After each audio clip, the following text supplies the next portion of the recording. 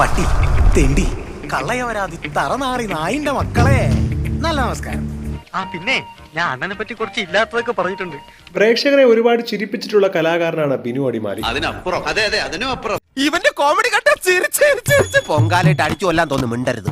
എന്നാൽ കുറച്ചു ദിവസങ്ങളായി സോഷ്യൽ മീഡിയയിൽ നിരന്തരമായി വിമർശനങ്ങൾ ഏറ്റുവാങ്ങേണ്ടി വന്നിട്ടുണ്ട്. ഞാനാണ് ഈ ഏരിയയിലെ സാറിന്റെ സ്ഥിരം വേട്ടമൃഗം.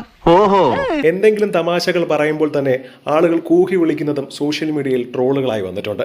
നീ ഒറ്റ കാരണക്കാരൻ. ഇനിയിപ്പോ എല്ലാം കൂടി എന്റെ തലയിലേക്ക് വെച്ചോ. താരത്തിന്റെ ദാരിദ്ര്യം നിറഞ്ഞ ഭൂതകാലത്തെയും മറ്റും പരാമർശിച്ചുകൊണ്ട് വളരെ മോശമായിട്ടാണ് പലരും കമന്റ് ചെയ്തത്. അതിന് നീ ഇത്ര ബേജാറാണ്. ഇങ്ങനെ എന്തെങ്കിലുമൊക്കെ പറയുമ്പോഴേ എന്റെ മനസ്സിനൊരു സന്തോഷം ഉണ്ടാവുള്ളൂ. ഇത് നിനക്കുള്ളതാ. വാർക്കപ്പണിക്ക് പോയിരുന്ന ആളാണെന്നും ഇപ്പോൾ കയ്യിൽ ഫാൻ മൊബൈൽ ഇല്ലാതെ പറ്റില്ല എന്ന അവസ്ഥയിലേക്ക് മാറി. നീ നിനക്കിഷ്ടമുള്ള ജീവിക്കാർമാനെ, മറ്റുള്ളവർ അവർക്ക് ഇഷ്ടമുള്ള ജീവിക്കട്ടെ. ഇവന്റെയൊക്കെ ജാട കണ്ടാൽ ആദ്യമായിട്ടാണ് കേരളത്തിൽ വന്നു പോകുന്നത് പോലും തോന്നും എന്നൊക്കെയുള്ള കമന്റുകളും നിറയുകയാണ്. എനിക്കറിയാൻ പാല, ഒരു പദവിയില്ലാത്തല്ലേ പപ്പന്റെ കുറവ്. ഈ ഒരു നിലയിലേക്ക് എത്തിയത് അദ്ദേഹത്തിന്റെ കഴിവ് കൊണ്ട് മാത്രമാണെന്നാണ് ബിനു അടിമാലിയെ പിന്തുണച്ചുകൊണ്ട് വരുന്നത്. ജന്മവാസന കൊണ്ടും കഷ്ടകാലം കൊണ്ടും ഞാൻ ഒരു കലാകാരനായി പോയി.